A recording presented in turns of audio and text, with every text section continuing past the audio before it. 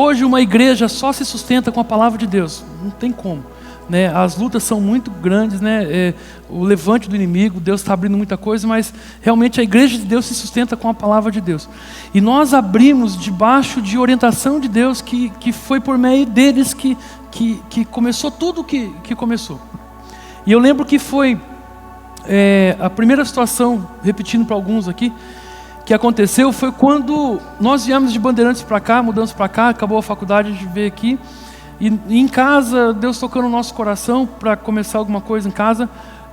Deus usou a Michele para acompanhar a gente um tempo, mas antes dela, Deus usou o apóstolo Léo. E numa viagem que ele estava fazendo em Bandeirantes, né, o pastor Trovati trouxe ele aqui, né, em casa, e Deus usou ele de uma forma tremenda numa oração. E Deus usou ele e disse para nós assim, que nós já estávamos atrasados, já estava demorando para abrir o ministério, estava demorando, né? E aquilo ficou no nosso coração, mas é que Deus, ele não conta o final, ele conta o final, mas ele não conta o meio, né? E depois disso veio bastante prova. Depois da palavra que o apóstolo liberou, a Michele nos acompanhou, e eu com a pastora só aprendemos a pregar, querido, foi porque nós tivemos uma pessoa do nosso lado aqui, que nos acompanhou. E hoje assim, eu sei que você faz um esforço para tolerar eu falando com você todo domingo, toda sexta, né? Mas em grande parte isso tem mãos dela aqui, e eu agradeço pela vida dela. De forma que, se não fosse Deus usar essas duas pessoas aqui, hoje nós não estaríamos aqui. E é essa honra que eu queria prestar junto com você para eles, com uma salva de palmas, em nome de Jesus. Aleluia. Amém? Em nome de Jesus. Amém. Em nome de Jesus. O senhor prega com o microfone assim ou quer esse daqui? Amém.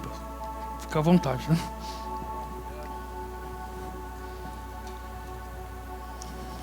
A graça e a paz de Jesus esteja sobre o seu coração e toda a sua família. Estou acompanhado de dois amigos, que é o Danilo, que veio de São Paulo comigo, ele mora em Itu, é um jovem profeta, um homem de Deus, e um intercessor, e acima de tudo um grande amigo. A gente está viajando juntos, já tem acho que uma semana, 8 dias hoje, fazem 8 dias que ele me suporta, então está indo bem, graças a Deus. E outro grande amigo já de 15 anos ou mais, que é o apóstolo Paulo, da cidade de Bandeirantes. Fica de pé aí, meu querido Paulão. Parece que é bem mais velho que eu, mas não, a gente tem a mesma idade. Essa é a vantagem de quem está com o microfone na mão, né? Paulo, casado com a pastora Nádia, a apóstola Nádia, e eu vim visitá-la, porque ela fez uma cirurgia 22 dias atrás, uma bariátrica, e graças a Deus já diminuiu bastante, né?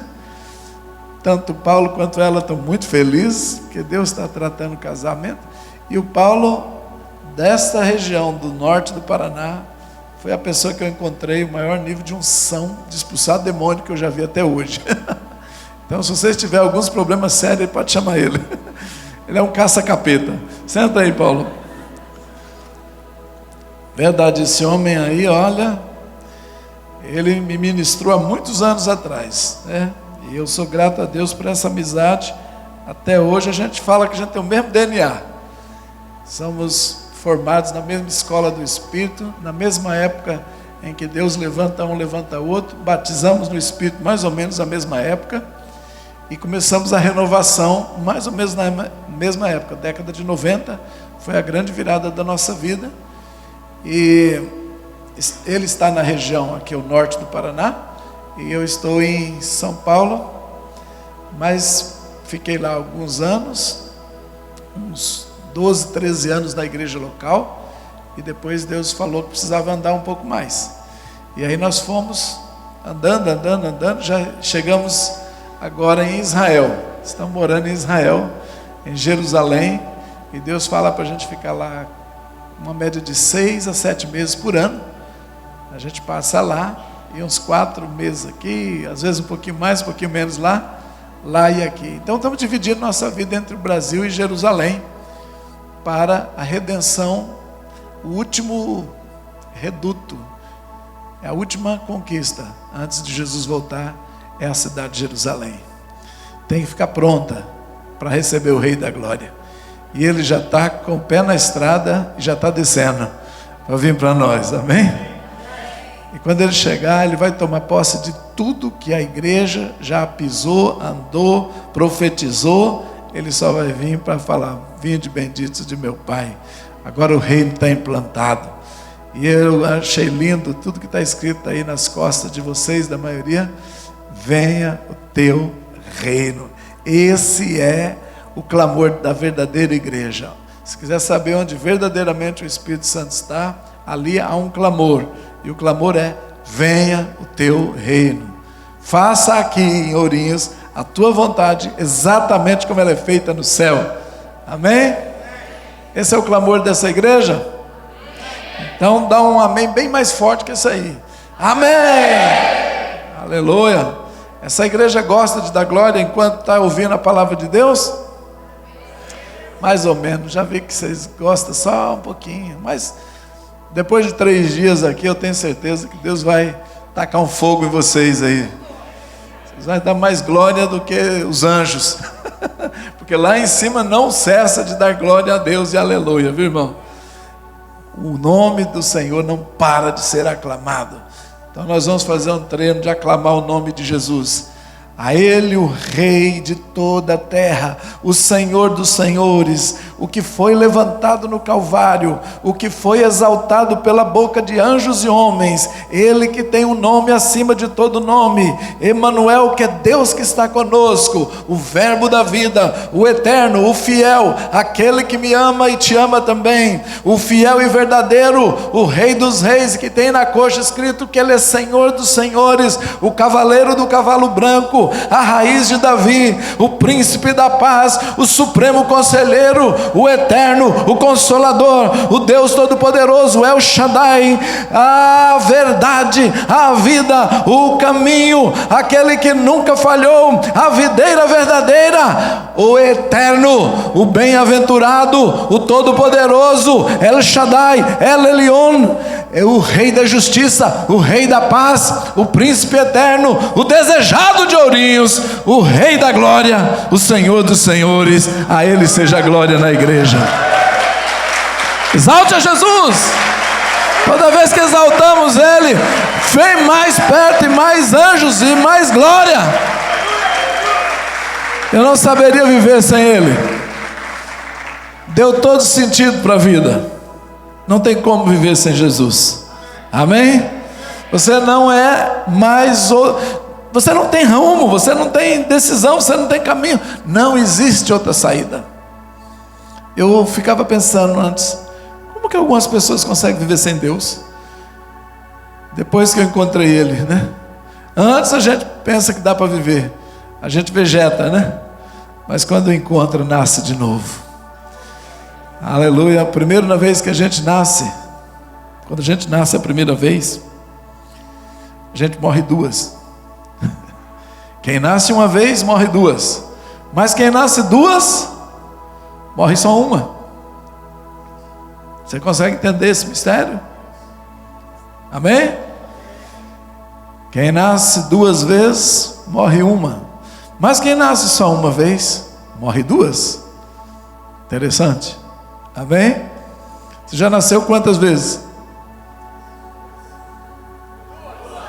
Vai morrer quantas? Amém? Que é só uma morte, a do físico, mas a morte eterna, a passou, já acabou, está em Cristo, e Cristo é vivo e você vai viver para sempre, é a vida eterna. Saber quando você nasce a primeira vez, você nasce de cabeça para... Claro, sua mãe te gera e você nasce de cabeça para baixo. E aí sua mente vai para onde? Para a terra. Você vai pensar só nas coisas que são desse mundo na terra. Mas é um dia o Espírito Santo te inunda, visita, fala com você, vem o arrependimento e você nasce de novo. E aí você vai ser batizado. Entra nas águas e o pastor te levanta. Agora você está de cabeça para cima, rumo ao céu, e vai pensar nas coisas que são do alto. Agora você tem outro destino, é para cima. E o mundo inteiro fica invertido para você. Tudo que era normal descer, agora você está indo para o céu. Acabou, não tem mais jeito de você pensar nas coisas que são da terra. Amém? Quem já nasceu da água do Espírito, aleluia. Quem já está se levantando, já foi levantado e está seguindo para cima, dá um glória a Deus quem está em direção certa. Por isso que o mundo está de cabeça para baixo para você. Tudo virou, os valores viraram. Foi Deus que te fez nascer de novo. Não mais do ventre, como Nicodemos ficou na dúvida, né? Mas como que eu vou nascer de novo sendo velho? E Jesus diz: ai, tu és mestre em Israel e não sabe ainda das coisas espirituais, então como é que eu vou te explicar as mais profundas? Você não sabe nem sobre a porta de chegada do reino, que é o novo nascimento, como é que eu vou te explicar? Aleluia, mas aqui eu creio que vocês já nasceram de novo, então a gente pode explicar as coisas mais altas do reino. Amém? Aleluia. Você sabe que o pastor Júnior, o pastor de vocês, ele tem um desejo no coração, que é o desejo do coração de Deus, dele e da esposa, é o mesmo do coração de Deus. Sabe qual é o coração de Deus? Conquistar a cidade para Jesus. Parece que você não está no seu coração ainda, ganhar uma cidade para Jesus, trazer o reino do céu aqui para Ourinhos. E aí quando a carta, você mandar uma carta para sua casa, você vai colocar assim, nome da rua, número da casa e a cidade, o reino do céu. E Jeová chamar, o Senhor está ali, a presença de Deus mora ali. Onde você mora? Em qual cidade? A cidade onde a presença de Deus está. Mas é o nome da cidade, ela se chama Jeová chamar. Deus mora ali agora.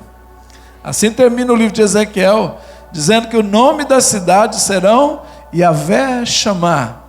Todas as cidades na terra terminarão com essa história. Elas se chamarão Yahvé chamar. Então você vai falar Ourinhos Yahvé chamar. Como você mora? Eu moro em Ourinhos Yahvé chamar. Que significa Ourinhos, a cidade onde Deus habita, onde Deus está. Esse é o sonho do coração de Deus, fazer com que cada cidade na terra seja uma Jerusalém e não uma Babilônia.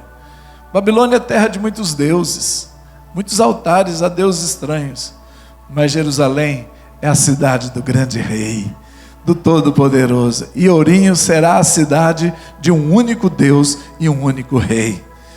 Para isso ela foi criada, e para isso Deus estabeleceu uma agência do reino do céu na terra, e essa agência chama-se Miregra. Essa é a agência que Deus estabeleceu aqui na terra, é o nome da igreja de vocês, e vocês são os embaixadores que Deus mandou para dizer para essa cidade que tem um rei que está chegando, e tem um reino maravilhoso, e que todos os habitantes dessa cidade precisam conhecer o reino dos céus. Amém? Nós fomos colocados na terra, gente, para trazer o reino. Nossa missão ao nascer de novo é representar o reino. Quando Jesus fundou a igreja dele, ele diz para Pedro: tu és Pedro, e sobre essa pedra edificarei a minha igreja. As portas do inferno não prevalecerão contra ela. Tudo que ligares na terra será ligado no céu. Tudo que desligares na terra será desligado no céu. E dar-te-ei as chaves do reino dos céus. Duas portas, uma é do céu e outra é do inferno, as portas do inferno. As portas do inferno não vão prevalecer. Antigamente muita gente pregava dizendo o seguinte, que a igreja vai ter portas fortes, e o inimigo vai tentar destruir a igreja, vem vir nas portas da igreja, mas não vai conseguir. Mas aí alguém lê o texto e diz: não é isso que está dizendo o texto. Diz que é as portas do inferno que não vão aguentar a igreja. A igreja não vai ficar na defensiva, a igreja vai para o ataque, e vai entrar no inferno, e vai tirar cada vida que estiver lá. Cada vida cativa de Satanás. Um dia você era cativo de Satanás, mas Deus chamou um casal, e eles começaram a ir nas portas do inferno que te prendia, e te tiraram de lá, e trouxeram para o reino do céu. Aleluia. Sabe onde Jesus disse essa frase? Que as portas do inferno não iam prevalecer contra a igreja? Morando em Israel, fui visitar o local onde ele disse essa frase. Ele não falou em Jerusalém, a cidade bonita do grande rei, onde estava o templo de Salomão. Ele não foi lá em Belém, lá na gruta onde ele nasceu, na manjedoura, e falou, aqui começou a igreja, Não. Ele não foi até o lago de Nazaré, o lago da Galileia, onde teve a pesca maravilhosa. Ele não foi lá. Ele não foi em nenhum lugar bonito e bom. Ele foi num dos piores lugares de Israel, que era dominado por romanos, dominado por gentios e com cultura grega. Ele foi em Cesareia de Filipe. Cesareia, cidade em louvor ao imperador César, romano. Ele vai nessa cidade. E não só uma cidade perversa, cheia de paganismo, mas ele foi em frente ao templo de um deus chamado Pan, que era um deus com chifres e pés de bode, e que tinha a fama de seduzir, tinha uma fama de que para receber o sacrifício que ele precisava, tinha que matar mulheres virgens e entregar no altar dele. Você imagina o tipo de deusinho que ele era. E dentro da terra de Israel, no período romano, na época em que Jesus nasce, existe um templo para esse Deus, que fica bem ao norte. E esse templo está construído numa encosta montanhosa. E nessa parte da encosta tem uma caverna profunda. E lá também se jogava pessoas que eram condenadas à morte, ou sacrifícios aos deuses, ao Deus Pan. Jesus vai em frente a esse templo, para diante dele, pergunta aos discípulos, quem dizem os homens que eu sou? Uns dizem João Batista, outros Elias, e outros dizem que é um dos profetas. Sim, mas e vocês? Quem vocês dizem que são? E Pedro diz, tu és o Cristo, tu és o Filho do Deus vivo, tu és o Messias que viria. E Jesus responde, bem-aventurado, irmão Barjonas, que não foi carne nem sangue que te revelou, mas o meu Pai que está no céu, aleluia. Pois eu te digo, tu és Pedro, e sobre esta pedra edificarei a minha igreja, e as portas do inferno não prevalecerão contra ela. Sabe como que é o nome da caverna que tinha em frente o Deus Pan? O nome dessa caverna, Portão do Inferno.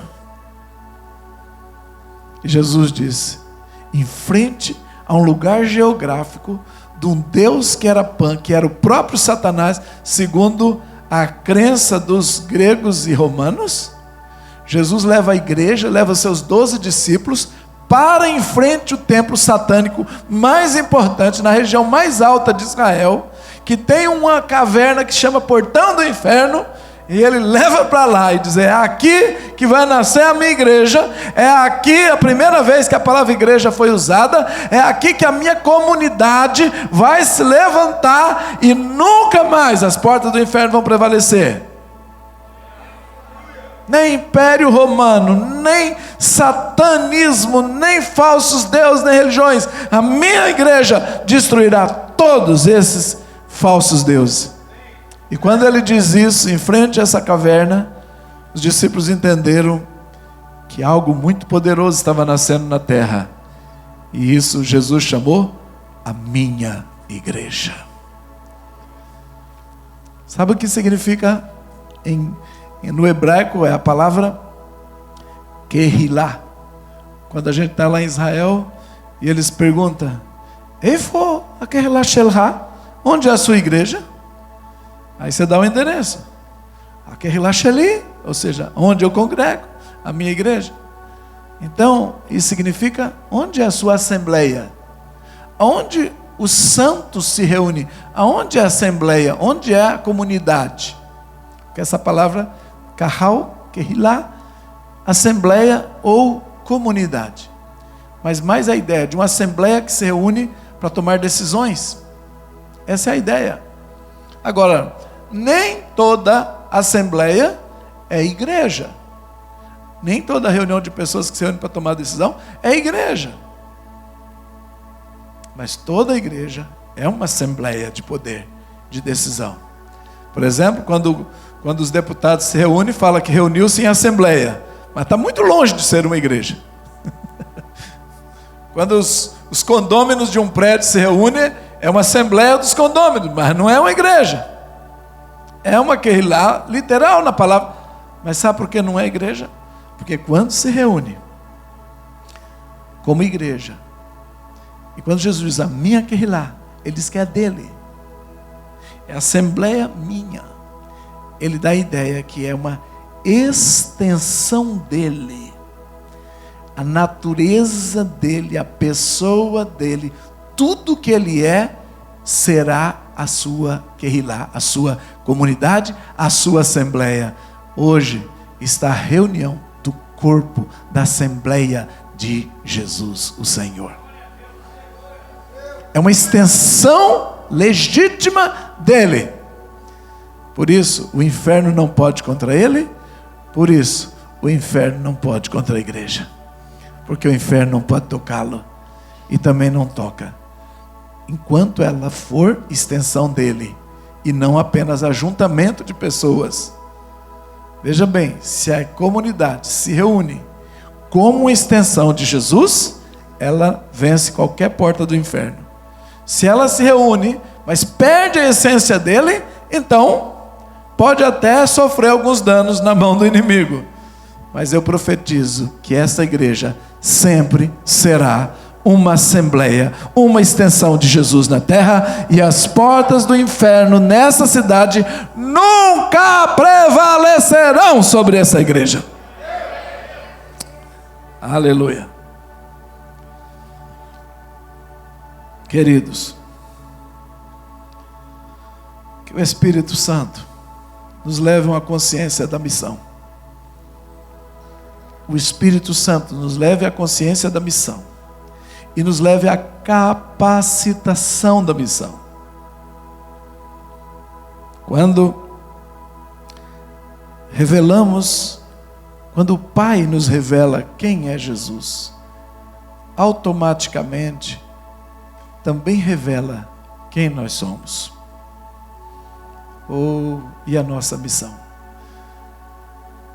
Quando Pedro disse, tu és o Cristo. Em seguida Jesus disse, tu és Simão, tu és Pedro. Você quer conhecer a sua natureza, o seu chamado, tem que revelar a natureza de Jesus. Quando ele é revelado, o Pai te revela a grandeza dele. Jesus revela quem é você e a sua missão. E diz, as portas do inferno não prevalecerão, porque você é a extensão da igreja. Você é a igreja, você é a autoridade. Queridos, quando você descobre que você é uma extensão de Jesus Cristo e que Jesus não foi derrotado por nada, a sua vida vira uma vida de poder, porque a sua identidade em Cristo é revelada. Tão importante entender Jesus, porque entendendo Jesus a gente entende quem a gente é, uma extensão dele. E aí eu não vou viver abaixo disso. Não vou viver menos que isso. E eu não vou ter crises de identidade, porque eu sei quem eu sou. Eu sou um em Cristo Jesus. Quando Paulo, depois de alguns anos, compreendeu isso, ele disse que trocaria todo o conhecimento só por isso, para conhecer Jesus. Mas já conhecia, já tinha escrito cartas demais. Mas ele diz, eu troco, para conhecer e conhecer o poder da ressurreição. Por isso que nunca devemos parar em algum patamar do que Deus já nos levantou, mas continuar e prosseguir em conhecê-lo. E quanto mais você conhece Ele, mais você vai ficar impactado, porque você vai mais identificar, então você é Ele também.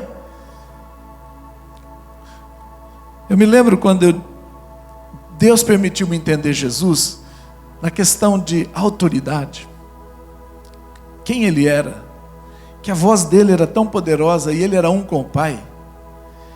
Eu falei, Jesus, se eu sou a sua extensão e o seu Espírito é em mim, eu sou assim também. E eu fiquei me sentindo, uau, sou Jesus na terra.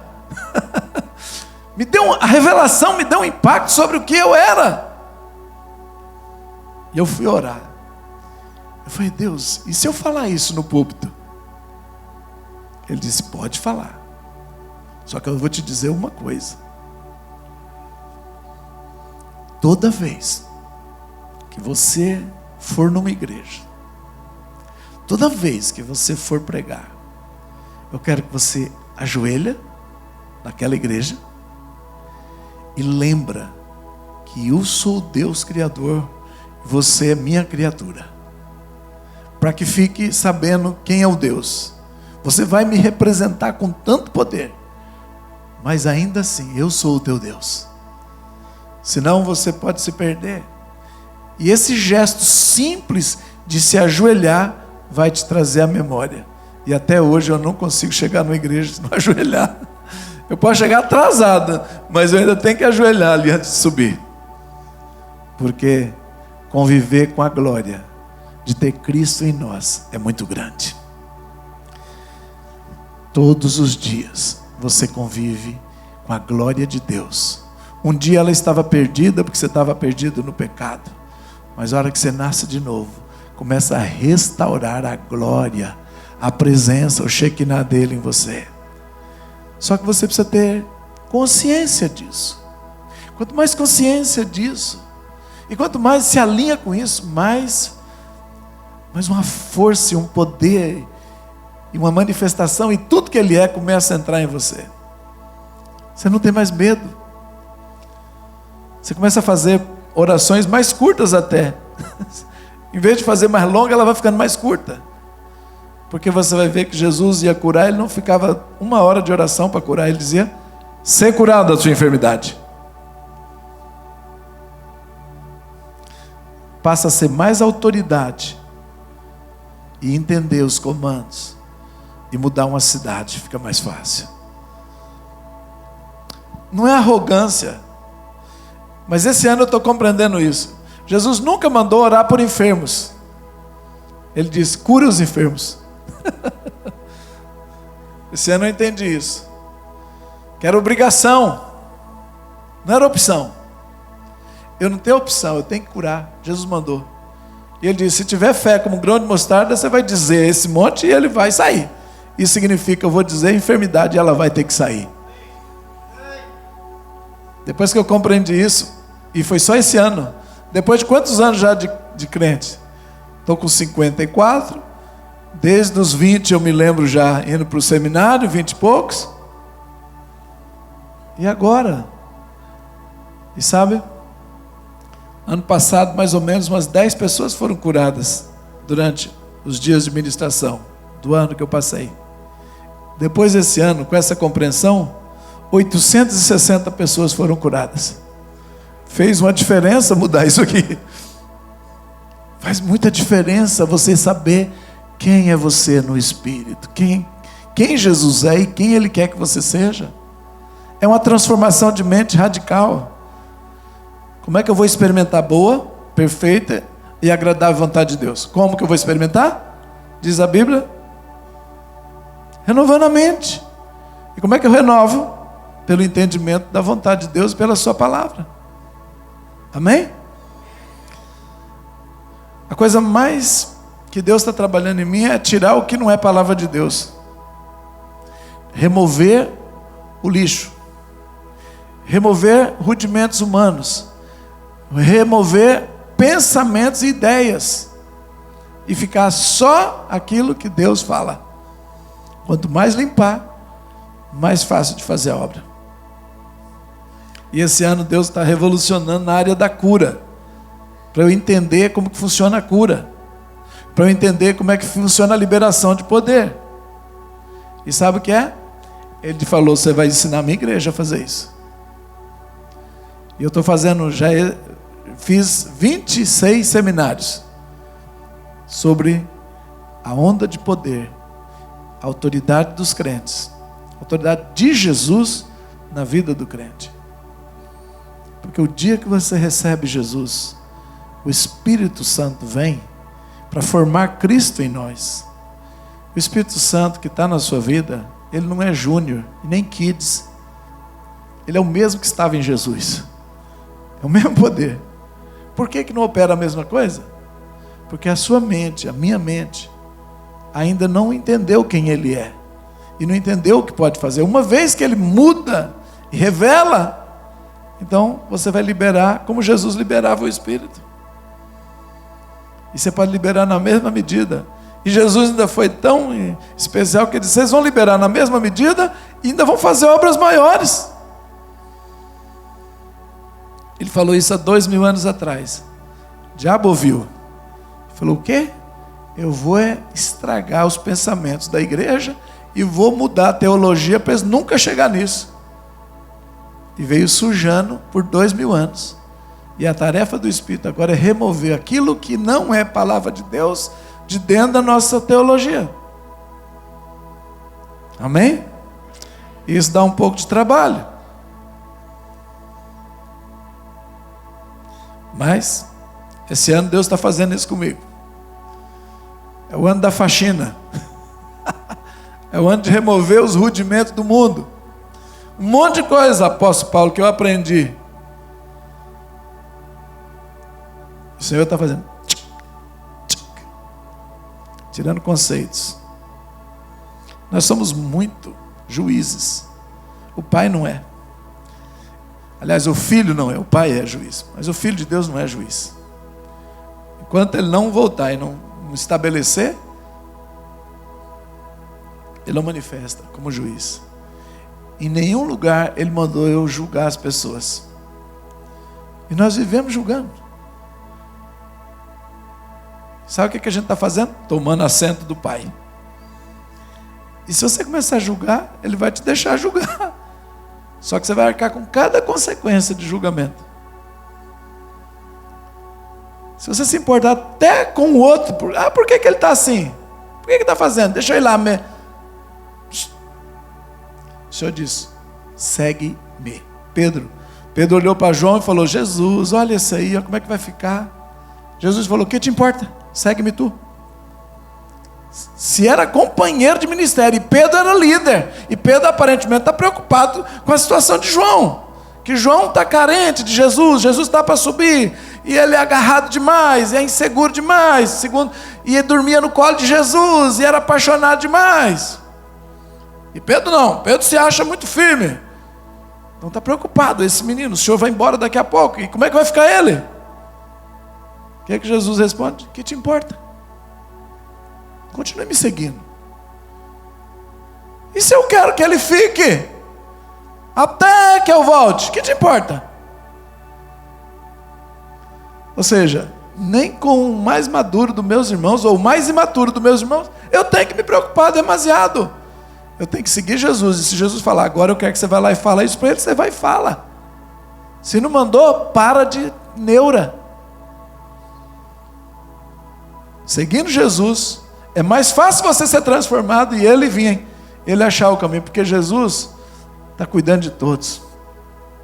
Mas ele precisa que o líder, que você que entrou primeiro na família, segue ele, não desvia, não fique tão preocupado com quem não está seguindo, segue e faça só o que ele mandar. Isso é muito difícil para nós. Nós somos extremamente preocupados com quem está ao nosso redor. Não é verdade? Mas eu te garanto, se você não preocupar, não andar ansioso por nada, e concentrar em ouvir e saber o que Jesus espera de você hoje, daqui a pouco e amanhã, daqui a pouco está todo mundo seguindo Jesus. Alguém tem que abrir o caminho e quebrar as forças das potestades. Aleluia. A vida de verdade é Shema Israel. Ouve, ó Israel.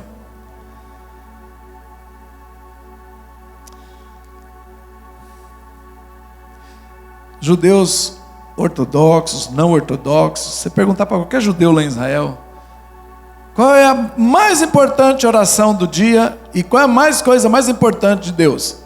Eles falam, a oração do Shema. A palavra Shema significa ouvir, ouve, na voz imperativa. Abriu o olho, fala Shema Israel, Adonai Eloheinu, Adonai Erad.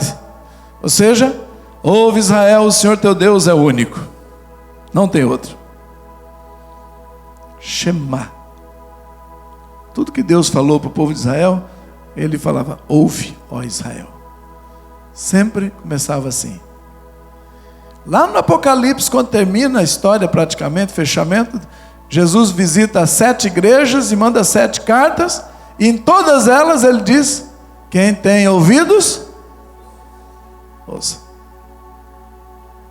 A coisa mais importante para conquistarmos ourinhos para Jesus é ouvir o Espírito Santo. A coisa mais importante para você ver toda a sua família transformada, ouvir o Espírito Santo. A coisa mais importante para a sua vida profissional dar certo, ouvir o Espírito Santo. A coisa mais importante para o seu casamento dar certo, para tudo na sua vida ir bem, ouvir o Espírito Santo. As minhas ovelhas ouvem a minha voz e me seguem.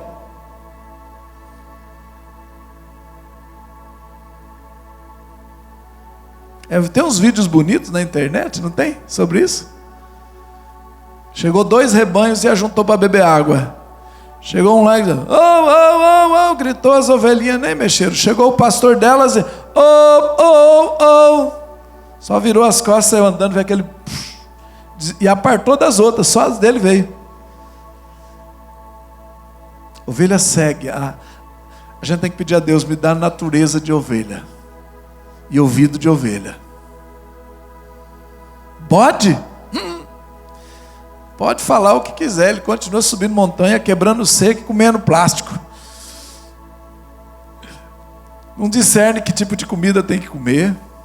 Não discerne os limites até onde tem que ir. Não é verdade? A ovelha é extremamente fácil de ser conduzida. Por quê? Shema. Porque ouve. De tudo que eu aprendi nessa vida, e já estou ficando velho, o mais importante é a audição espiritual. Se eu tivesse um presente aqui para dar para essa igreja, eu te daria audição espiritual.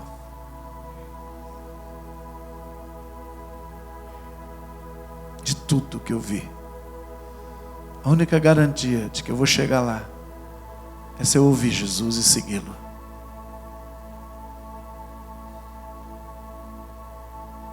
Por isso esse verbo é tão importante no Antigo Testamento e tão importante até o livro de Apocalipse.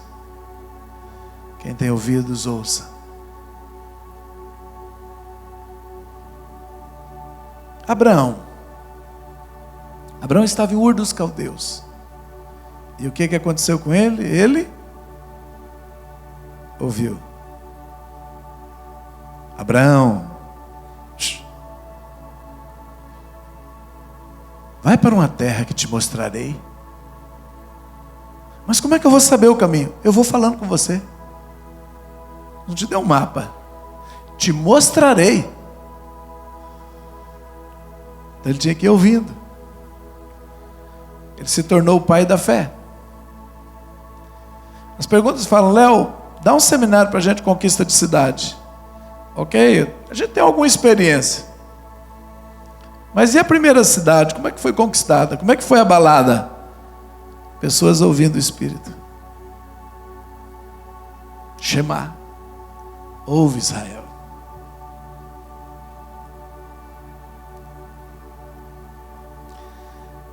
Abraão ouviu, saiu, continuou ouvindo, venceu e formou uma descendência, uma geração. Jesus ouviu o Pai, a quem enviarei? Quem há de ir por nós? O Filho foi enviado, passou a vida inteira ouvindo o Pai e formou uma geração, uma descendência e deixou na terra. Então Abraão e a conquista do Antigo Testamento toda é baseado em ouvir, sair e até formar uma geração que ouça. Jesus também. Como é que essa terra vai ser conquistada? Uma geração. Alguém vai ter que ouvir. Eu creio que já tem. A paternidade de vocês já ouviu. vai formar uma geração que ouve também e implantar o reino. O povo de Israel tem uma reza, uma oração forte, que eu já disse ela aqui, mas eu falo para eles, o problema é que vocês escutam Moisés, e Moisés diz, Shema Israel, e vocês transformaram numa religião e transformaram essa oração em uma prática diária. Então, qual a coisa mais importante? Ao acordar os olhos tem que fazer a oração Shema. Mas não importa se o resto do dia ouve ou não ouve. Sabe por que eles não ouvem? E eles ficam admirados da gente. Quando tem o Espírito Santo, eles falam, como é que você sabe isso? Ah, Deus falou. Deus fala? Deus já falou e escreveu, agora é só seguir. Eles pensam assim. Então eles fazem todos os dias iguais. E em cada ocasião do ano, dependendo da festa, já sabe, tem uma cartilha para cada coisa. Virou uma religião. E eles sabem o que seguir em cada estação do ano. Mas e os imprevistos? Não consegue. Aí ele vai para o rabino e pergunta, rabino, e se acontecer isso? Aí o rabino vai estudar a lei. Tem esse ponto aqui, tem que fazer assim, assim, assim. Para tudo eles têm já um estabelecidinho. Aparentemente é bom. Mas Jesus disse, ouvistes o que foi dito? Eu, porém, vos digo. Chegou Moisés e chegou Elias no Monte da Transfiguração. Não foi? O rosto de Jesus brilhou, o de Moisés brilhou e o do profeta Elias brilhou. Moisés, a lei. Elias, os profetas. Mas a quem o pai disse que agora tinha que ouvir? O filho. Esquece. Ouve ele. É muito superior. A ele é que vocês têm que ouvir.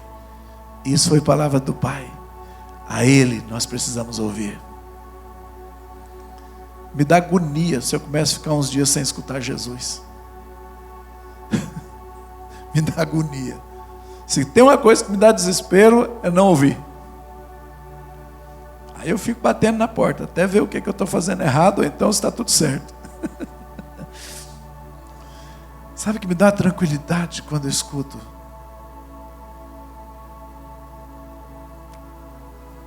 Me dá paz, segurança.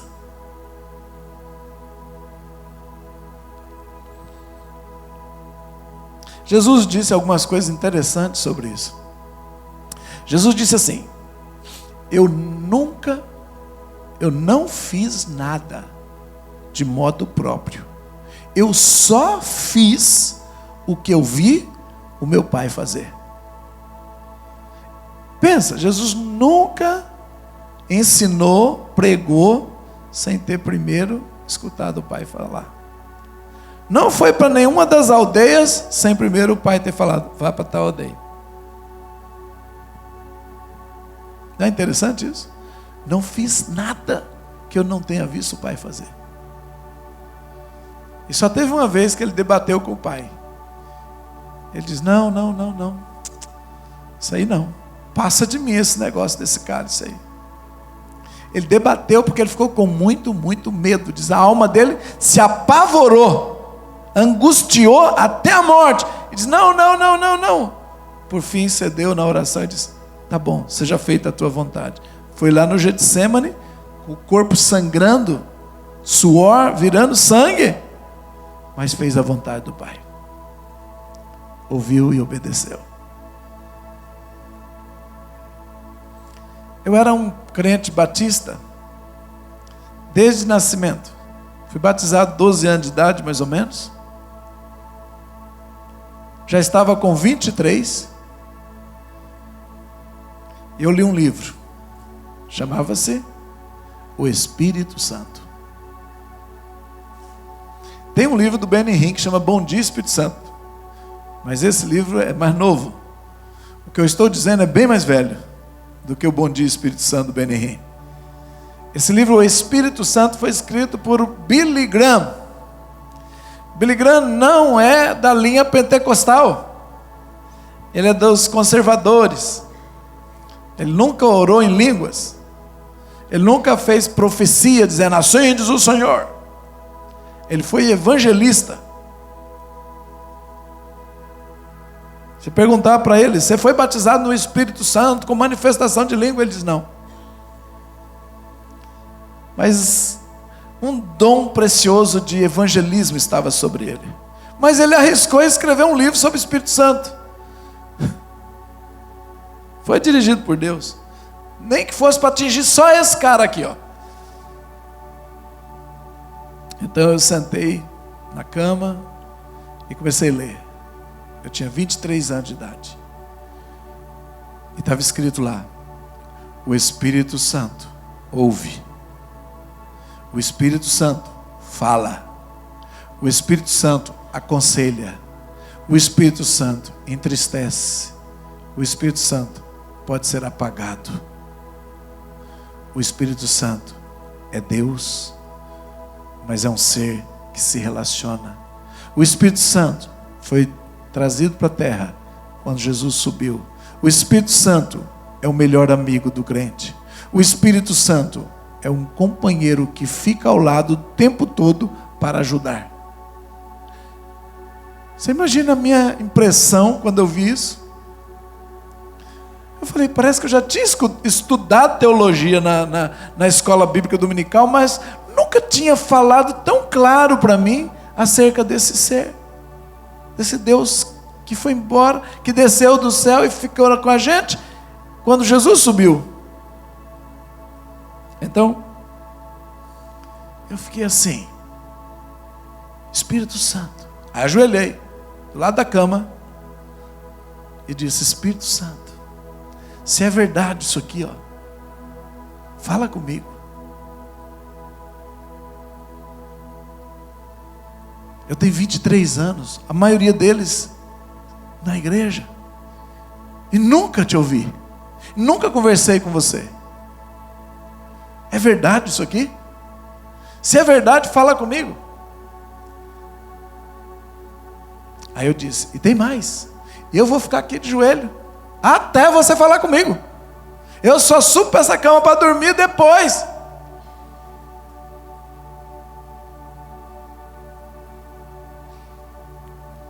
E eu vou te fazer uma pergunta. Eu vou ser ou não pastor? Porque isso fica dentro de mim, incomodando, me dá a impressão que eu tenho que ser pastor, e eu não quero. Mas se você falar que eu tenho que ser, eu vou ser. Porque eu acho que um médico sabe o que fazer, um pastor vai fazer o quê? Quem é o patrão do pastor?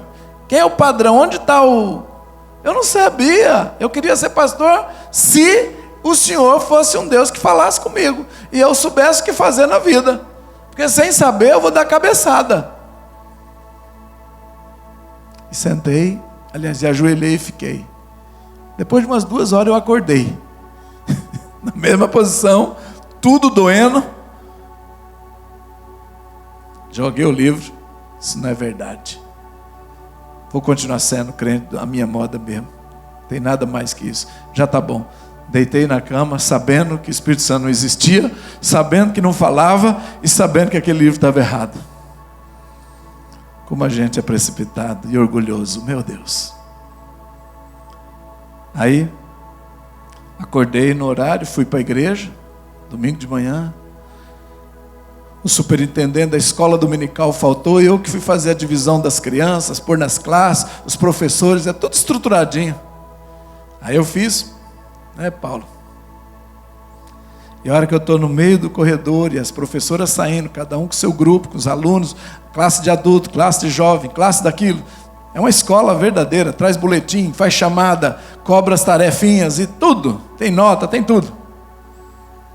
Aí essa professora vem, passa por mim, para bem em frente e diz assim: ô Léo, se um dia você ser pastor, você vai dar um bom pastor. Se um dia você for pastor, eu gostaria de ser sua ovelha. Foi embora. Eu nunca segredei para ninguém aquilo que incomodava dentro de mim. Como é que ela fala isso? Ela seguiu. E eu escutei: sou eu falando com você, só que é do meu jeito e não do teu. Que fique claro que quem governa a conversa sou eu. E eu falei: Espírito Santo, me perdoe. 23 anos eu nunca conversei com o Senhor. E quando começo, é com essa agressividade toda. Uma baita de uma arrogância, dizendo: você tem que falar. Eu demoro 23 anos para conversar. E o dia que vou conversar, ainda impondo e ameaçando. Meu orgulho ficou tão... Eu chorava tanto meu orgulho. Porque quando ele chega, tudo em nós começa a ser revelado. Eu via o meu orgulho. Via e chorava essa condição terrível.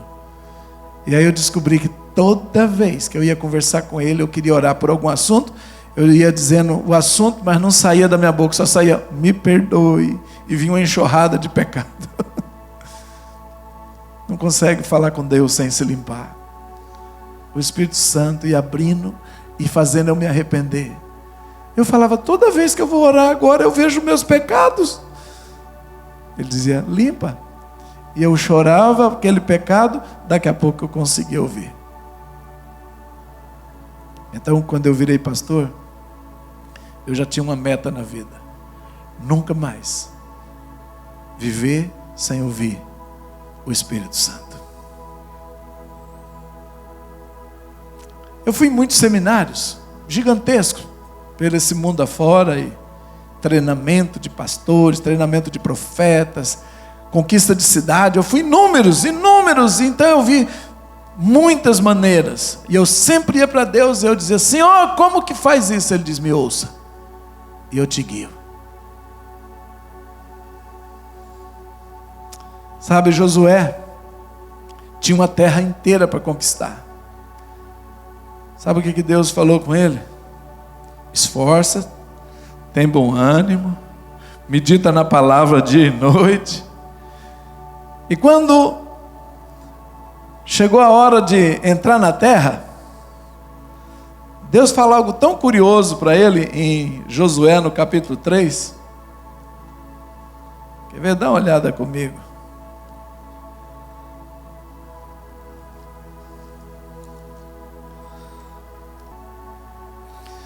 Deus dá uma chamada missão impossível para Josué. Fala para ele que você vai enfrentar inimigos maiores que você.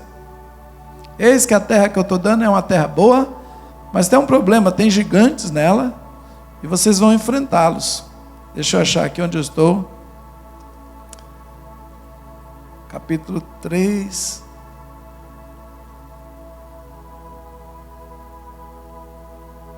Ô Jesus, me ajuda a lembrar aqui o texto que eu pus no coração de ler para os meus irmãos.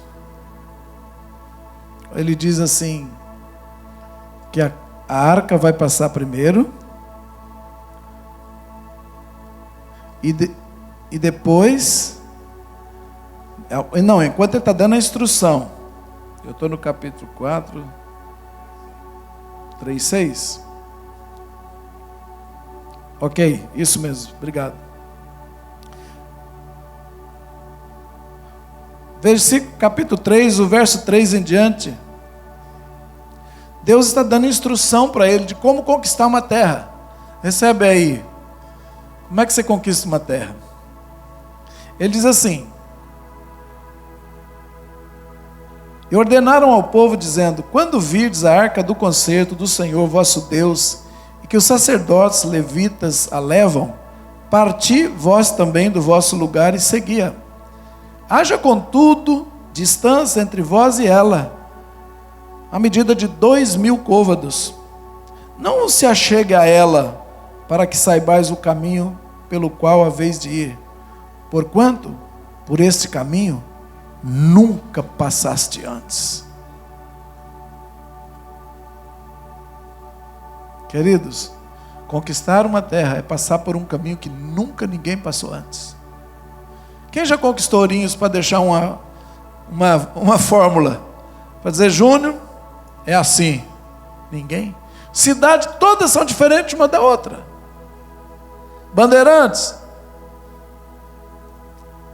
Quando Deus chama uma pessoa para liderar um povo, para conquistar e mudar uma terra, Ele diz: vocês vão ter que me ouvir, e vocês vão seguir a minha presença, porque a arca é a presença.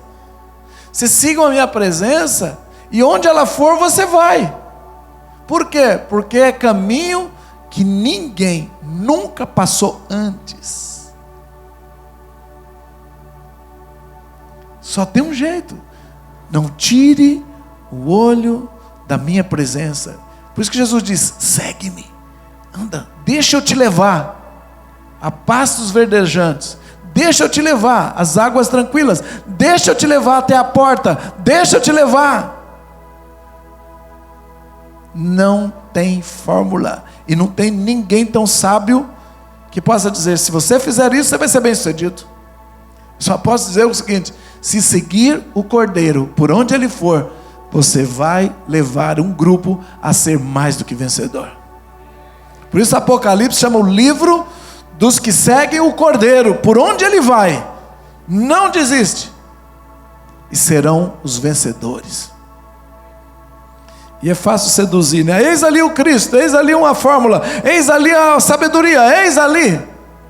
Não. Foco, audição. E aí você vai levar um povo a possuir uma terra, a uma transformação de ourinhos. Só seguir a presença. Era simbolizado na arca. É um caminho, igreja, que ninguém nunca passou antes. Agora tem mais um segredo aqui, eu vou dar para vocês uma coisa linda. Este texto diz o seguinte: que a arca vai na frente e atravessa o Jordão. Depois de 2000 côvados, é que a igreja ou o povo começa a marchar. Tem que esperar 2000 passos, côvados. Depois desses 2000, é que haverá um mover que Israel vai conquistar. Por que não temos cidades conquistadas até hoje? Tomadas com a glória de Deus em todos os lugares desse mundo.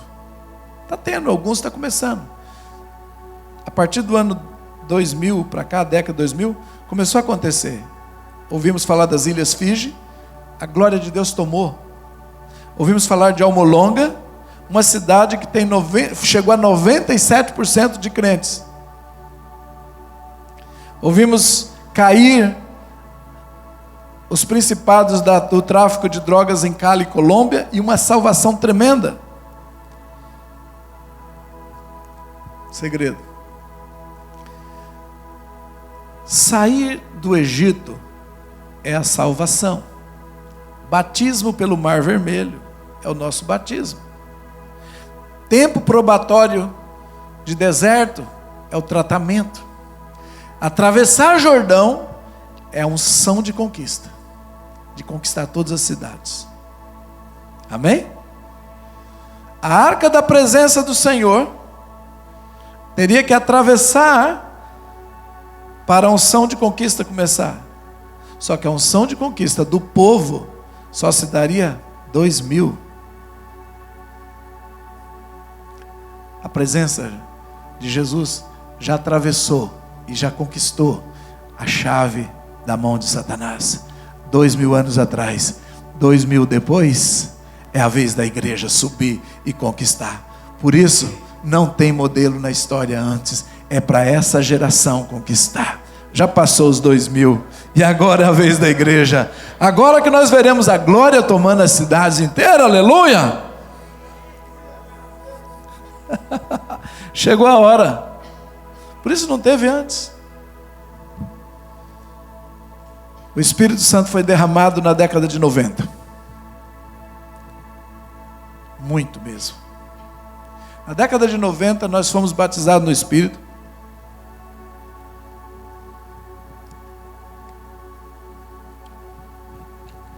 E um pastor chamado João Carlos Marques morreu e ressuscitou.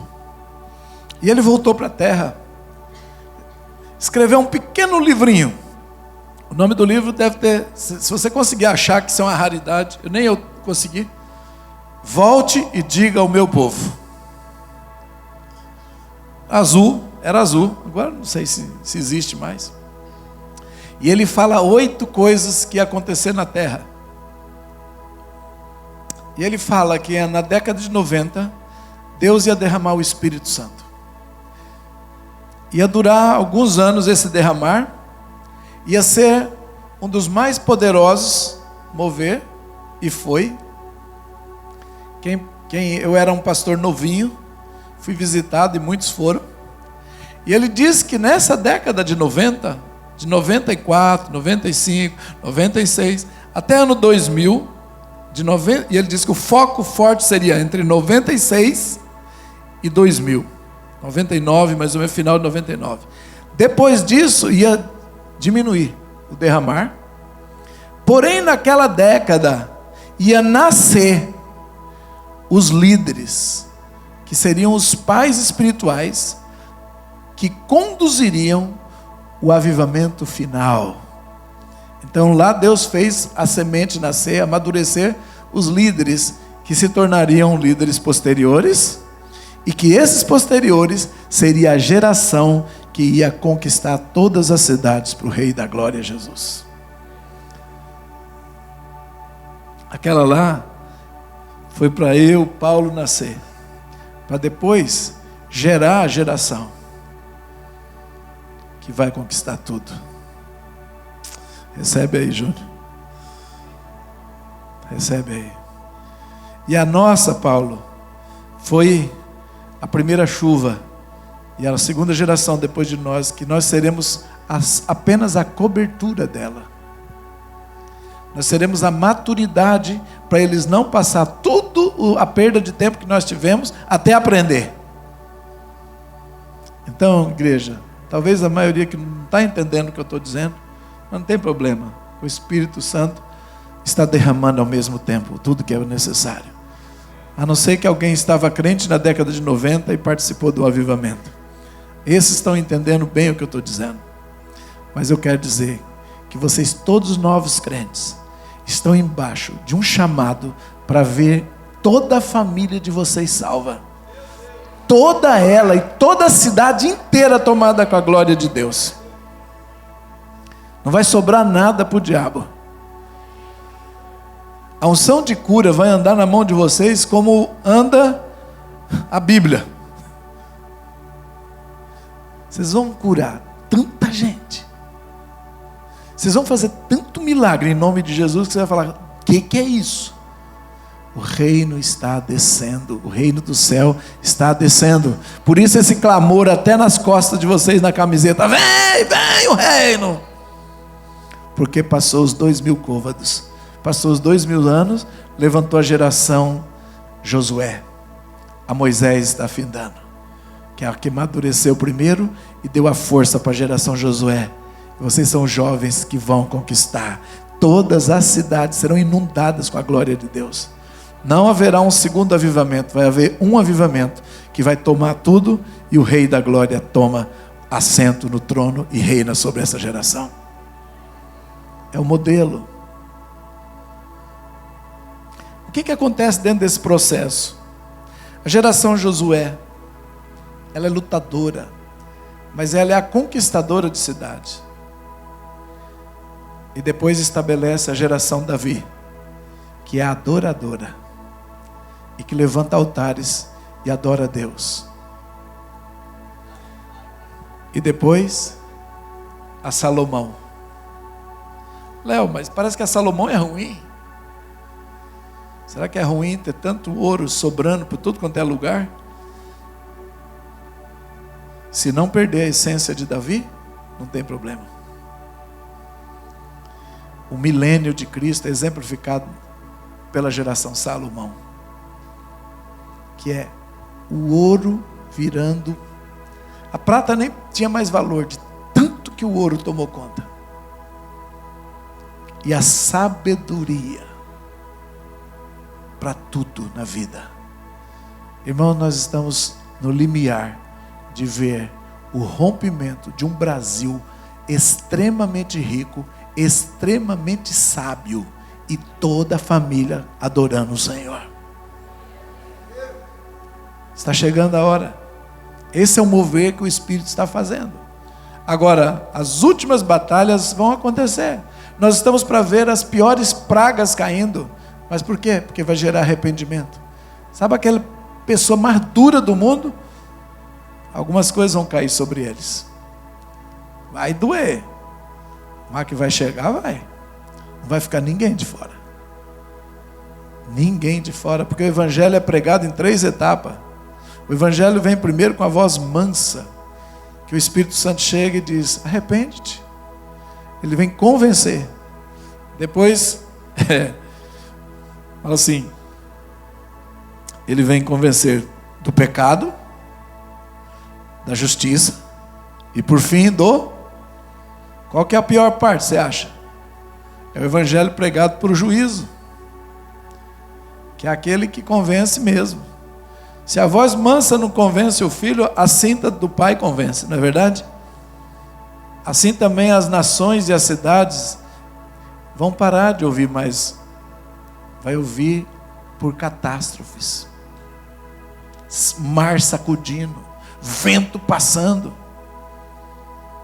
e as pessoas vão: o que é isso? É o fim do mundo, meu Deus do céu!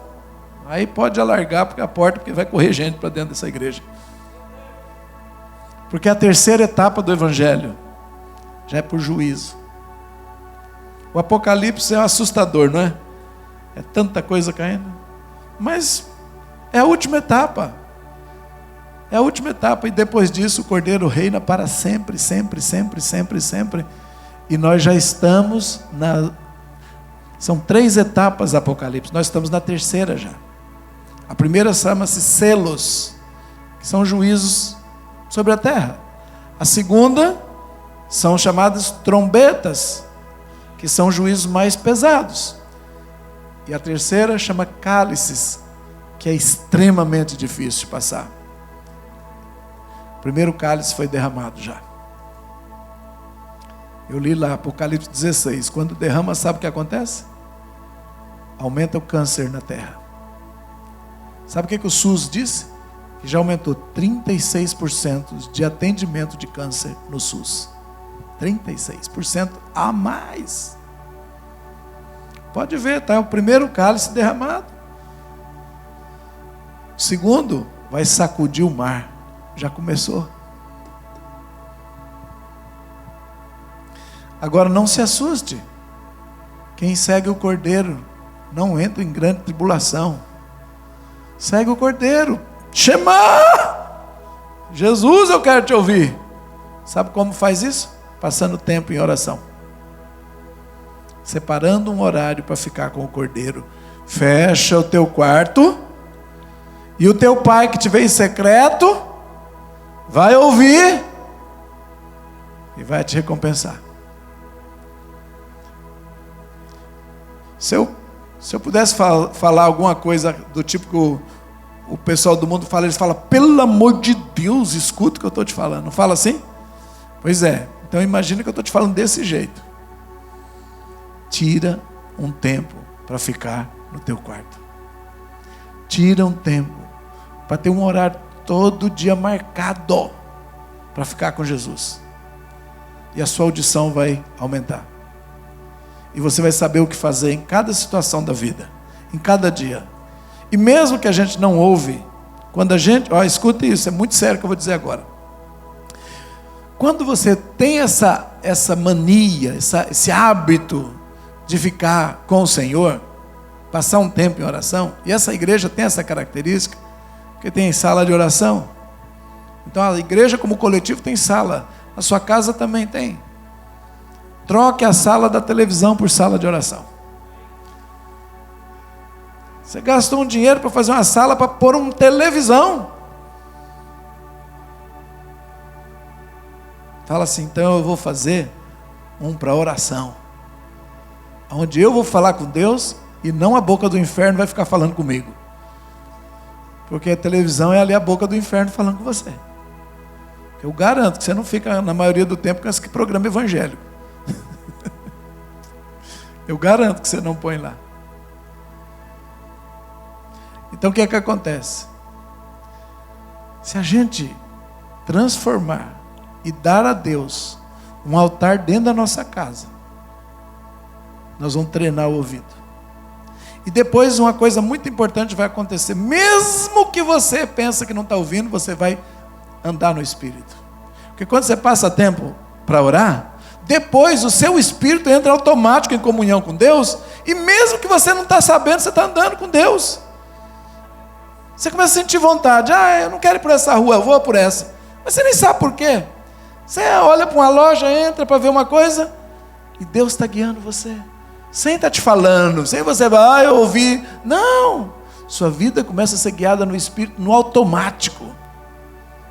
Mas tudo parte se você passa um tempo com Deus. E aí começa automático.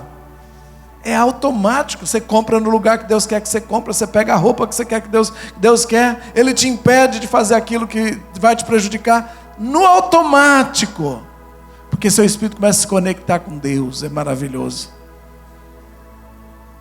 E você vai tendo surpresas durante o dia. E você nem sabia que estava guiado. Como é que eu aprendi isso? Bem no começo. Eu fiz um pacto com o Espírito Santo. Espírito Santo, me ensina. Me ensina. Quero te ouvir sempre e eu não vou errar. Nossa, eu tinha um desejo de nunca errar. Vocês não imaginam. E eu falei, o segredo é a voz de Deus, então eu não vou errar mais. Vou andar na voz. Eu pensei que era só isso, era fácil. Mas tem uma disciplina. E aí, comecei minha escolinha com Jesus. Fui na Bíblia e li. Está escrito lá. O homem faz os planos, mas Deus dirige os passos. Ok. Me explica esse versículo. Eu faço um plano e Deus dirige meu passo. Eu faço um plano de ir até o final desse corredor e virar para a direita. E Deus vai guiar meu passo. Parece fácil, não parece? Eu faço um plano, Deus dirige o passo. Eu era garoto. Comecei a ouvir. Então eu comecei a escola do Espírito sozinho. Eu me matriculei. Eu falei, Espírito Santo, hoje eu leio esse versículo e eu me ensino a ele. E passei o dia falando isso. Saí para caminhar de manhã, eu lembro que eu saí correndo. Fazer uma ginásticazinha naquela época. Hoje que eu devia fazer mais. Aí eu falei, o homem faz o plano e Deus dirige o passo. Senhor, eu vou fazer um plano. Eu vou chegar na esquina e vou virar para a direita e vou continuar correndo. Se o senhor não estiver nesse plano, o senhor vai virar para a esquerda, ou para a direita ou esquerda. O senhor vai virar a posição contrária, ok? E eu fui pensando, vou chegar na esquina e vou ver o que vai acontecer com meus passos. Eu tenho que aprender isso, eu pensei. Parecia, mas era assim mesmo, que eu fui aprendendo a andar no Espírito. Chegou na esquina, eu virei para a direita, do jeito que eu queria. E continuei e falei, Senhor, o seu plano era esse?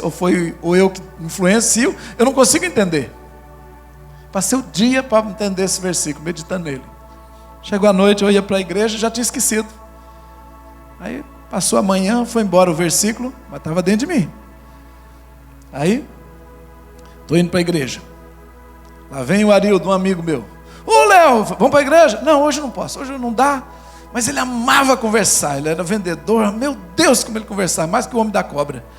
Aí, eu no relógio, Arildo, eu tenho que ir. Aí ele conta um caso, e conta outro, conta um e conta outro. Daqui a pouco, Arildo, preciso ir. Vem uma mulher, atravessa uma pontezinha entre a BR e a calçadona onde a gente estava, para na minha frente dele, e escuta nós estamos falando de sonho, revelação, essas coisas, né, visão. Ela para e diz assim, vocês conhecem algum lugar que faz um benzimento? Eu disse, conheço. Por quê? Meu marido foi embora de casa, e eu estou procurando aí uma benzedeira, uma rezadeira. Diz que tem aqui embaixo uma mulher que dá o passe, fala para a gente, traz o marido de volta. Aí eu falei, olha, dona, eu também faço isso. Aí ela falou, faz mesmo? Eu falei, faço. E eu estou indo aqui para um lugar que a gente vai fazer isso agora. Aí ela, falei, vem com a gente. Mas onde que é? Como que é? Eu disse, a Igreja Batista. Ah, não. Eu falei, mas a senhora não disse que é o seu marido de volta? E entramos na conversa ali, por fim. Falei para ela o que era receber passe, o perigo que era. Falei que existia demônio. Ela, meu Deus do céu, sai, cresce, cruz, credo. Fez assim, né? Aí eu falei assim, olha, eu vou orar pela senhora. E ela sentiu uma paz, agradeceu. E a gente profetizamos, pela fé, que o marido voltava. Que ela dormisse em paz, que ele ia acordar, que ela ia acordar e ele ia estar lá. E oramos assim. E fomos para a igreja e ela voltou para a casa dela. Quando eu dei os passos para ir, o Senhor diz assim, você fez um plano de ir para a igreja, mas eu dirigi teu passo para socorrer essa mulher. Eu nem sabia. Assim, Deus pega você e você vai no automático, porque você está buscando a vontade dEle, você está passando tempo com Ele, e Ele vai guiar os seus passos em direção ao Cordeiro e às pessoas que precisam de você. Amém? Quando Deus quer que Josué conquista, Ele diz, segue, porque ninguém está na frente a não ser a minha presença, e ninguém vai te dizer como que se conquista. Como é que eu vou mudar a minha família, Jesus? Segue o Cordeiro, Ele vai te ensinar. É um caminho que nunca fez antes, porque sua família nunca foi convertida. Então como que é a fórmula? Não sei. Segue o Cordeiro e a sua família inteira vai. Segue a presença de Deus e ela vem. E não fica ansioso. Eu costumo dizer, o mais difícil para Deus pegar, Ele já pegou, é você. Você pode pensar que é o outro, que é fulano. Não é. Deus começa sempre pela ovelha negra. É você mesmo. O mais pecador era você. Não se preocupa não. Ah não, meu irmão é pior que eu. Só de você julgar, você já está bem piorzinho que ele, viu? Aquele ali só por Deus. E você não. Você foi por quem? Por você mesmo. Ah, bonitão. Não, mas eu sempre fui assim, queria as coisas certinhas. Porque você era um baita de um religiosão.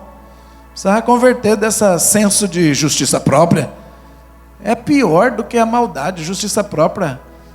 Porque Deus fala que as nossas justiças são como trapo de imundícia. Mas o outro que faz esse pecado bem terrível, é mais fácil ele estar consciente que ele é errado. Só não consegue sair, porque está mais amarrado. Você não lembra lá o pecador e o publicano? O publicano entra. O fariseu, né, e o publicano. Aí ele diz, Deus, de cabeça erguida no templo. Graças te dou, porque dou o dízimo de tudo. Aleluia. Senhor, eu te louvo por não ser como este publicano. E o coitado lá nem levantava a cabeça. Senhor, tem misericórdia de mim, eu sou um baita de um pecador. Ou seja, justiça própria nos cega. A gente às vezes demora mais a se converter porque é muito certinho. Não arrepende, não consegue ver, achar porque sempre eu estou fazendo algo certo. Então, se Deus te pegou, pode saber, Ele vai pegar o resto da sua casa todinha. Vai, segue o Cordeiro, Shema Israel, ouve, ouve, ouve. A fórmula é essa.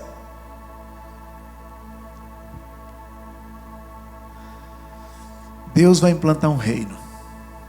Só que Ele precisa dos primeiros altares. E Ele vai reinar na sua família. E Ele te pegou como o primeiro altar. Você é o primeiro altar. Você é o primeiro. Talvez muitas famílias aqui, não sei quantos tem aqui, mas não tinha crente antes de você. Ou talvez tinha algum, mas longe.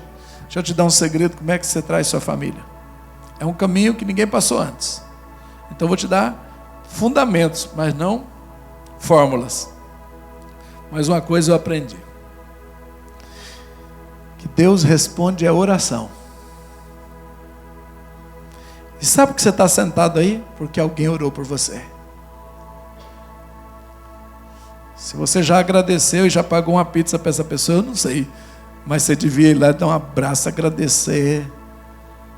E se puder, compre até algum presente de gratidão pela oração que aquela pessoa fez e te livrou do inferno. Um dia eu disse isso, o irmão falou assim para mim: ah, não.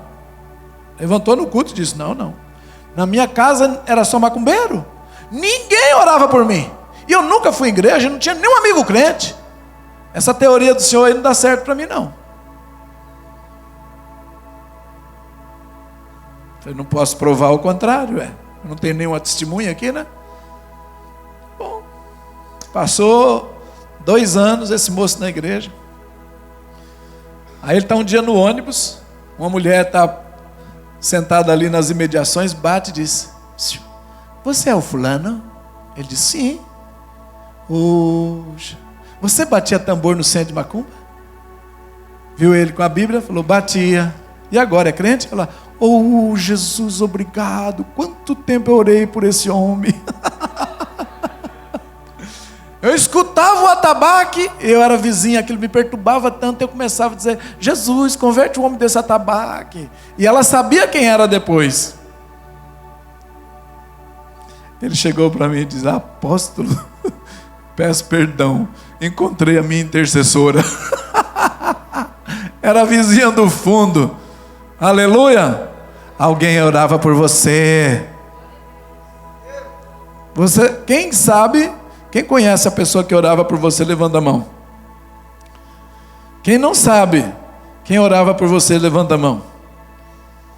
Está vendo? Você nem sabe quem orava por você, mas alguém orava.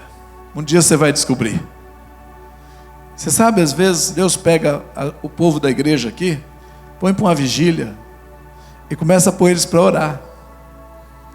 Às vezes Ele não vai dar um nome, mas Ele vai dar uma característica, e Deus sabe quem é. Então o povo de igreja que ora, eles começam a clamar pela salvação, mesmo que ele não saiba o nome, mas eles clamam.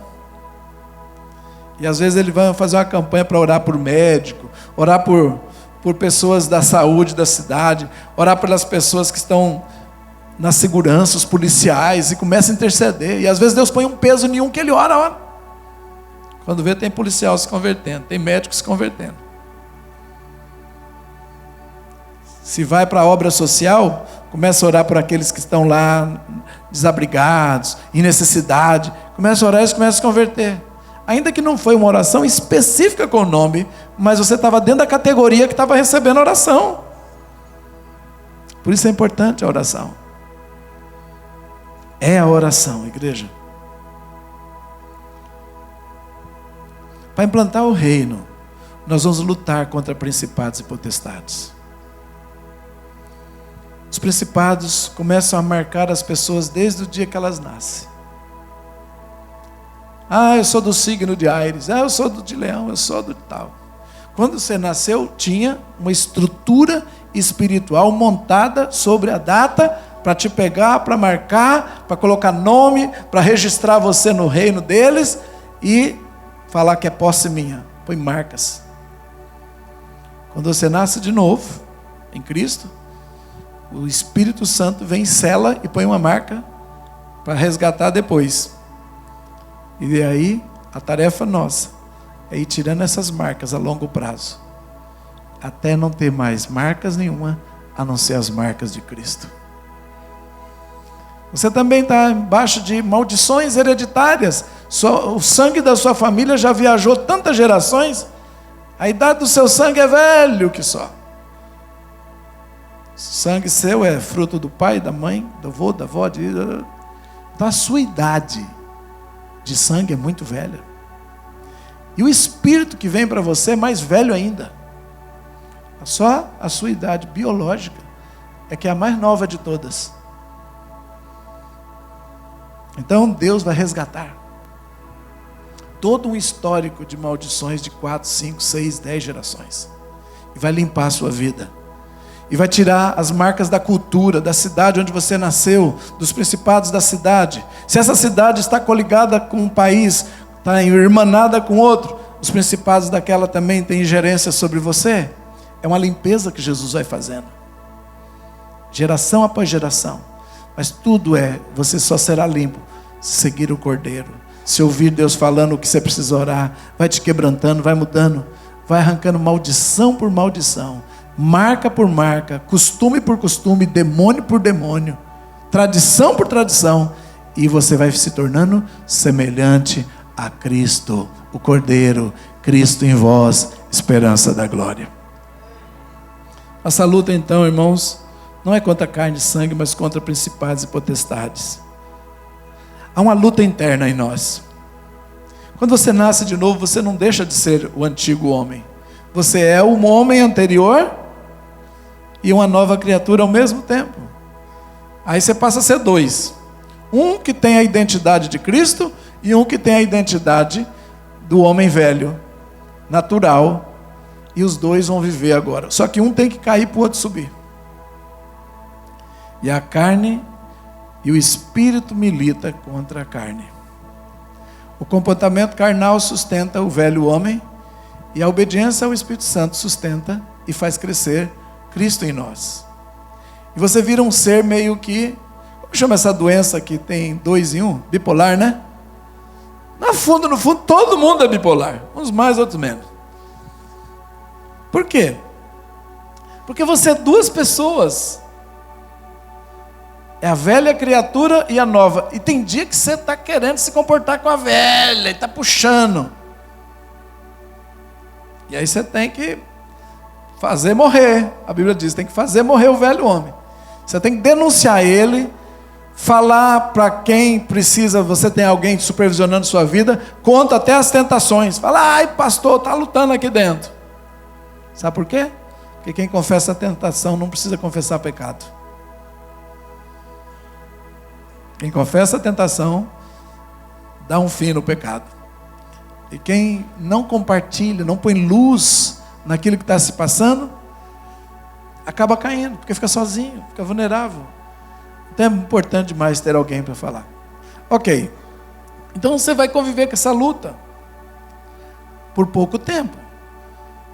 Por pouco tempo. Porque o velho homem vai perder. Se você se alimentar de Cristo e seguir Cristo, Cristo vence as portas do inferno, o velho homem perde.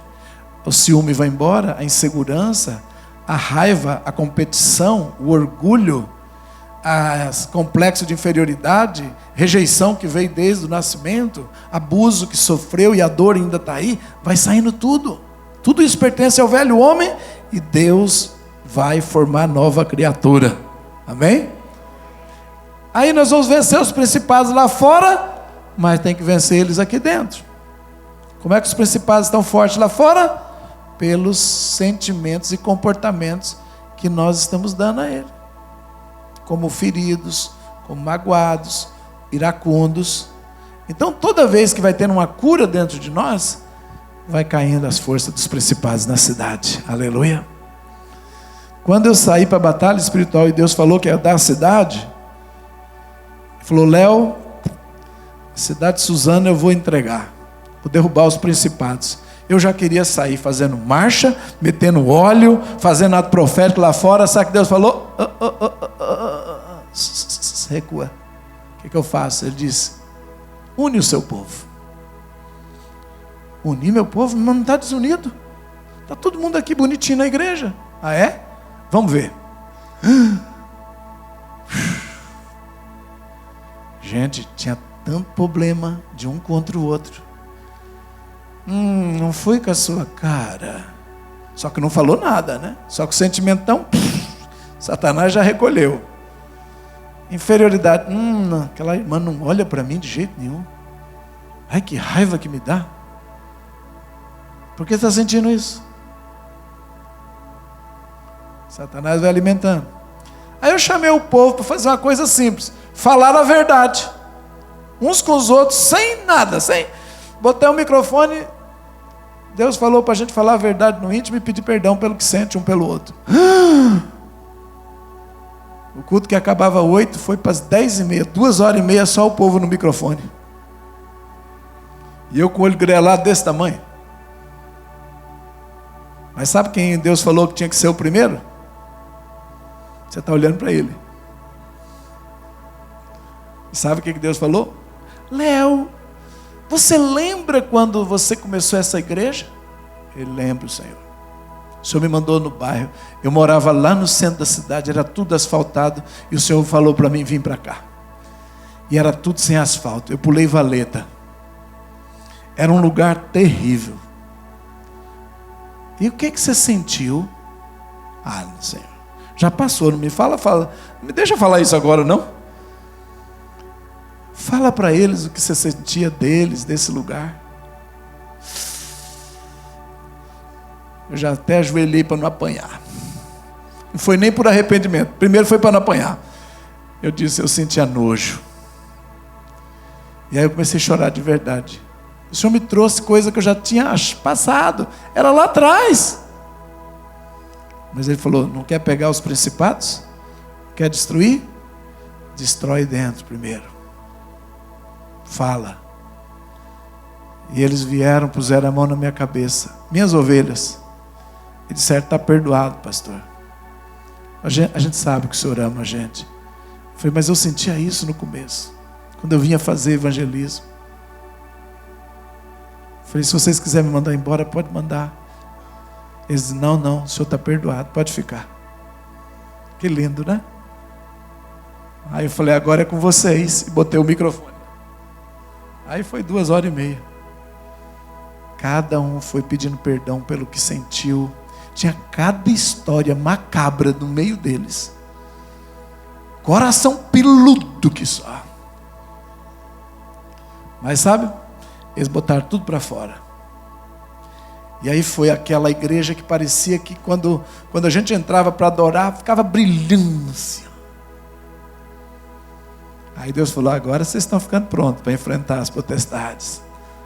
E ninguém vai sair ferido, aleluia. Agora vocês estão uma assembleia, que é a extensão do meu corpo. Vocês estão parecendo comigo, aleluia.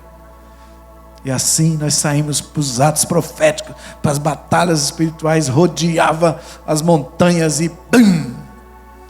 No próximo culto incorporava até principado nas pessoas, expulsava, e Deus falava com a gente, está caindo todo quanto é potestade da cidade. E batizava, e batizava, e batizava, e batizava. Aleluia. Não deixa sentimentos ficarem acumulando. Vai lá para aquela pessoa, abre o coração. Sabe, eu fiquei 7 meses fazendo isso com a igreja. 7, até purificar os relacionamentos, para depois sair a luta, Deus falou. E um dia, Deus falou, o prazo acabou, para arrumar os relacionamentos. Eu falei, o prazo acabou? Ele falou, acabou. Agora vocês têm que ir para a luta? E quem tiver ainda por consertar, vai sofrer. E se não quiser sofrer, vai embora da igreja. Sabe por que coragem, pastor, falar isso? Eu falei, irmão, se você não conseguiu, depois de 7 meses você está aqui, você não conseguiu perdoar, eu vou pedir para você ir embora. Porque você não converteu e você não é crente, então não adianta ficar aí. E nós vamos para a batalha contra os principados, e Deus me disse que essa era a data final. Ele vai destruir os principados, mas como Ele não quer que ninguém morre, então eu te convido a sair fora da batalha.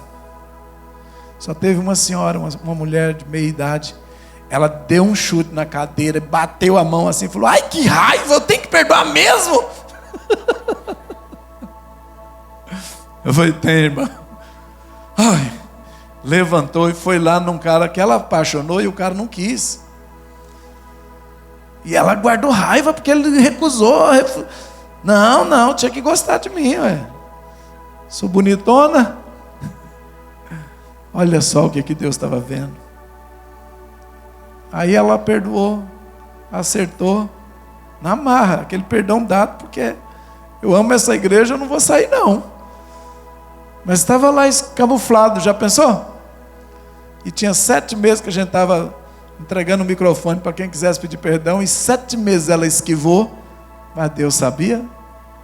Aleluia. Não escape do tratamento, Deus está te vendo. Perdoa todo mundo, limpa teu coração peludo. Você vai ver o que Deus vai fazer em Ourinhos. A proporção do que vai vir glória lá fora é o que vai descer de glória aqui dentro. É na mesma proporção que acontecer aqui, acontece lá. Lá fora é mais fácil, o difícil é aqui. Lá fora, derrubar a potestade é a coisa mais fácil do mundo. O difícil é tirar o espírito da mentira aqui dentro, o espírito do rancor daqui dentro, o espírito de ciúme daqui dentro. Cai tudo na cidade, o espírito de mamão aqui dentro. Tudo tem que cair aqui dentro primeiro. Amém? E eu só posso tirar ouvindo Jesus e seguindo Ele, e eu me identificando, Ele vai me limpando. Ele vai me limpando. Eu paro de julgar o meu próximo, eu paro de criticar, eu paro de competir, eu paro de ficar inseguro, porque eu tenho Jesus falando comigo. Aleluia. E cada vez Ele vai dizer, faz isso, perdoa isso, limpa aquilo. Foi assim que a minha cidade passou por um avivamento glorioso. No bairro mais pobre, com as pessoas mais pobres da cidade. Porque Deus me mandou para os pobres da cidade. Para a periferia da periferia. Vocês estão aqui no luxo, glória a Deus, e vai ser mais ainda, vai ficar melhor. Eu tinha uma lona laranja, e ali era a igreja, não tinha uma janela, porque se rasgasse, era problema. As pessoas diziam, o nome dessa igreja é Vinilona? Eu dizia, não, é que calhou de ficar aqui, é a marca do encerado. Igreja Vinilona, já se viu isso? Né?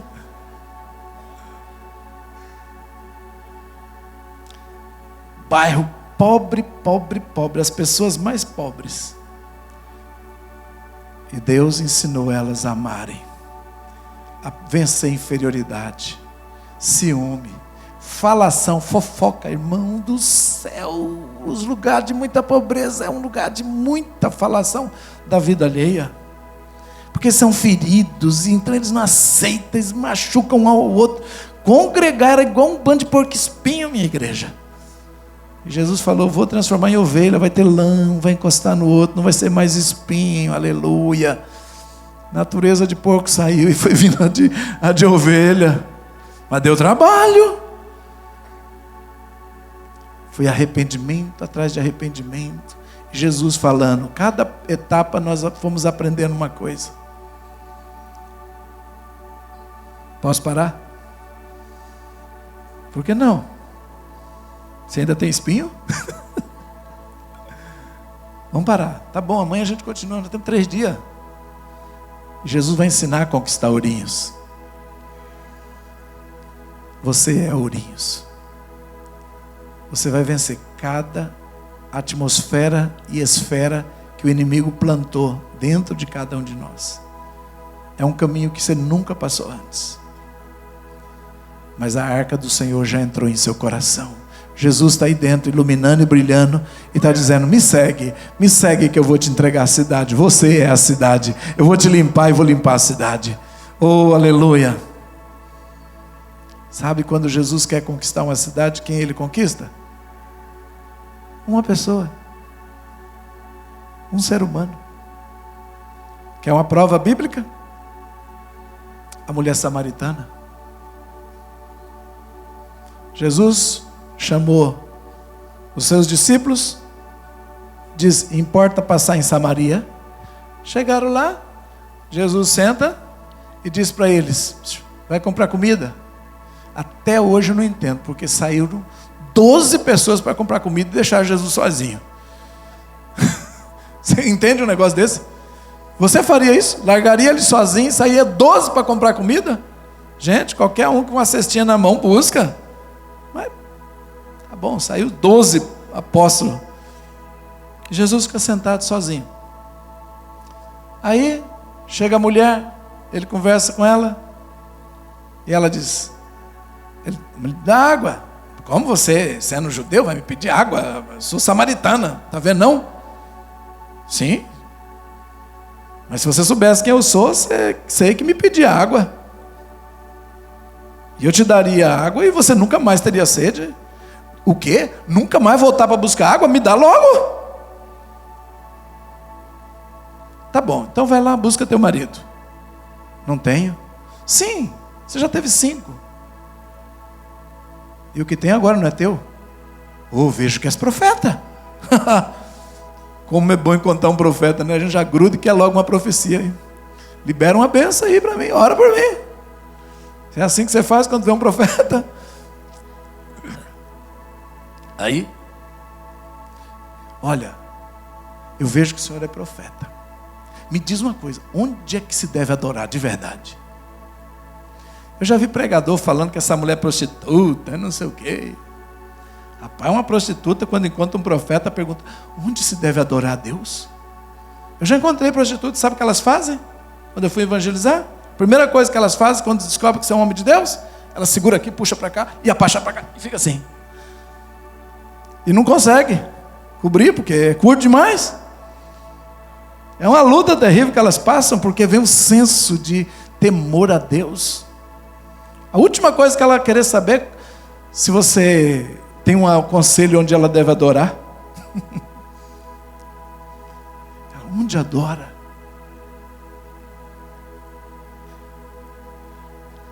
Samaritana é a cópia da cidade. Ela é a cidade. Porque eu fui estudar Samaria no Antigo Testamento, teve 5 deuses que passaram por ela. 5 senhores. E marido, em hebraico, é Baal. Eu moro lá. Aí pergunta para minha esposa, quem é esse Baal? Ela aponta para mim. Baal significa marido. Jesus perguntou, cadê seu Baal? Ela diz, não tenho. Ele diz, sim, você já teve 5 Baalins. Você já serviu 5 deuses, Samaria. E nenhum preencheu tua vida. E você está pegando dos outros para tentar se encher. Amém? E ela sabe. Por que ela teve 5 deuses? Porque a história de Samaria veio não sei quem, dominou Samaria e colocou o Deus Marduk, depois colocou o Deus não sei quem. Cada povo que conquistou Samaria trouxe um Deus estranho, e aquela cidade era toda mesclada, adoradora de deuses. E agora ela está sem nenhum. E ela está sedenta para saber como se adora, onde. E Jesus diz, vai chegar a hora que os verdadeiros adoradores adorarão o Pai em espírito e em verdade. Não é nesse monte nem naquele. O que ela faz? Sai correndo e vai para a cidade e conta, achei o Messias, ele revelou minha vida. Enquanto ela está lá convencendo o povo da cidade, dando testemunho, chega os 12. Ei Jesus, está aqui a comida. Jesus diz, eu tenho uma comida. É fazer a vontade do meu Pai. Vocês dizem que ainda falta 4 meses para a ceifa, mas eu digo, os campos estão brancos, prontos para a ceifa. Um olha para o outro e diz, não entendi, foi nada. Ele mandou a gente comprar comida, agora não quer comida. Ainda está dando uma dura, eu estou achando que ele está bravo com a gente. Aí chega a mulher, com a multidão atrás dela. E Jesus segue para Samaria e fica com eles. E ela diz, há o Messias aqui. Samaria inteira está apavorada, emporoçada. O Messias chegou. Os 12 entraram na cidade. Os 12 conheciam, sabiam que ele era o Messias. Os 12 tinham visto tanta profecia, tanto milagre. Entraram e saíram e não trouxeram ninguém. Só comida. Só estômago. Com fome. A mulher só tinha uma prova. E usou um testemunho e arrastou uma cidade inteira. Amém?